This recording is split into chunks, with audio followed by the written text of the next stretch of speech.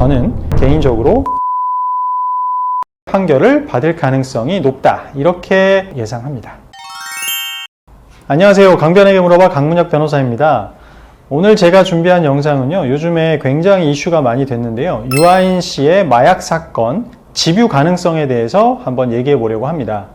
제가 형사 전문 변호사로 활동하면서 마약 사건에 대해서 좀 얘기해 볼 기회는 별로 없었는데요. 자, 결론부터 말씀드리겠습니다. 집행유예 가능성이 굉장히 높다, 이렇게 말씀드릴 수 있습니다. 정확히는 징역형의 집행유예 판결을 받을 가능성이 높다, 이렇게 정리할 수 있겠는데요. 그럼 그 이유에 대해서 한번 살펴보겠습니다. 자, 마약 사건에 있어서, 이거는 사실은 비단 마약 사건에 한정되는 문제는 아닙니다. 형사 사건에 있어서 집행유예를 받을 수 있는 가능성이 있는지 없는지, 이걸 검토하는 것은 정말 중요합니다. 왜냐하면 집행유예가 아니라 징역형이 선고된다는 말은 실형, 즉 교도소에 구속될 수 있다, 이 말이거든요. 그래서 실형을 받느냐, 집행유예 판결을 받느냐는 정말 진짜 인생의 갈림길에 서는 수준의 아주 중요한 문제죠. 그런데 이 집행유예를 받을 수 있는 아주 중요한 정상관계는 몇 가지가 있어요. 자, 첫 번째, 자백하고 있느냐, 범죄 혐의를 자백하느냐, 이거 매우 중요합니다. 지금 유아인 씨 기자회견 영상을 제가 한번 봤는데요, 본인의 마약 투여 혐의에 대해서 대체로 인정하는 것 같습니다.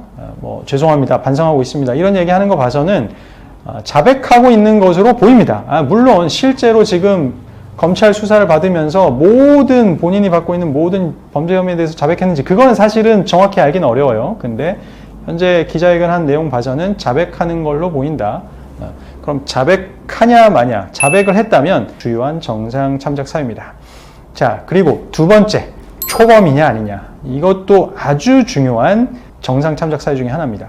지금 유아인 씨는 마약 사건으로 지금 처음 수사받는 걸로 지금 알고 있습니다. 그렇다면 이제 초범일 가능성이 높은 것이죠. 자, 그렇다면 유아인 씨가 마약 투여로 처음 처벌받는다, 초범이다, 그렇다면 집행유예 가능성을 높일 수 있는 정상 참작 사유가 되겠습니다. 자, 그리고 세 번째, 마약 사건에 있어서 또 중요한 것은 마약의 종류와 마약 투여 횟수입니다. 지금 필로폰 사건은 아닌 걸로 알려져 있습니다. 메스암페타민이라고 하죠.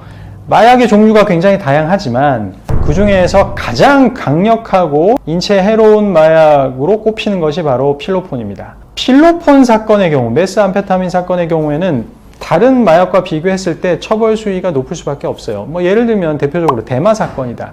대마초 이제 흡입으로 처벌된다 했을 때 필로폰 사건하고 동일선상에 놓고 볼 수 없다는 거죠. 예를 들어 보면은 미국 캘리포니아주 같은 경우에는 대마를 이제 흡입하는 게 거기는 합법화됐단 말이에요. 그 정도로 다 같은 마약이 아니고 어떤 마약은 비교적 처벌 수위가 낮을 수 있다. 그렇게 놓고 봤을 때 유아인 씨 사건에 있어서 코카인은 좀 굉장히 중독성이 강한 마약이라고 볼 수 있는데, 어쨌든 필로폰 사건이 아니라는 점도 그래도 비교적 정상 참작이 될 만한 사유 중에 하나다, 그렇게 볼 수 있습니다. 자, 정리해 보겠습니다. 유아인 씨 마약 사건에 있어서 어떤 판결이 내려질까 예상을 해본다면 징역형의 집행유예 판결을 받을 가능성이 높다, 이렇게 예상해 볼 수 있겠고요. 주된 이유는 첫 번째, 혐의를 자백하고 있다. 두 번째, 초범이다. 그리고 세 번째, 가장 강력한 마약 중에 하나인 필로폰 사건이 아니다. 이런 근거로 저는 개인적으로 집행유예 판결을 받을 가능성이 높다고 예상합니다.